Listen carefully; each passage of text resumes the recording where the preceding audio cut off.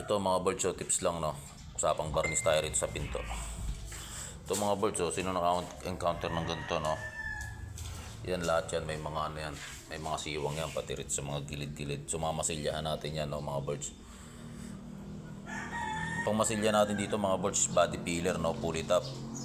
Huwag kayong gagamit ng skim coat o kaya boral para shortcutin nyo yung trabaho, no.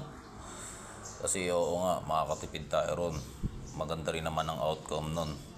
Pag na-finish nyo siya, maganda naman ang outcome. Mawawala yung mga siwang-siwang niya. Pero mga birds, hindi pang long distance yun.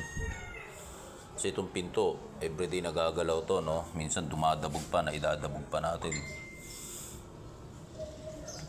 So yun mga birds, aangat yun. Kada palo ng pinto, malaki ang tendency umaangat yun, no. So puputok yan dito. Mas mahirap mag-retouch ng barnis mga birds. Mas mahirap mag-retouch ng barnis. Kaya dito tayo sa sigurado na kahit medyo matagal, no. Huwag tayong si shortcut ng trabaho. Yun lang, mga tips mga birds.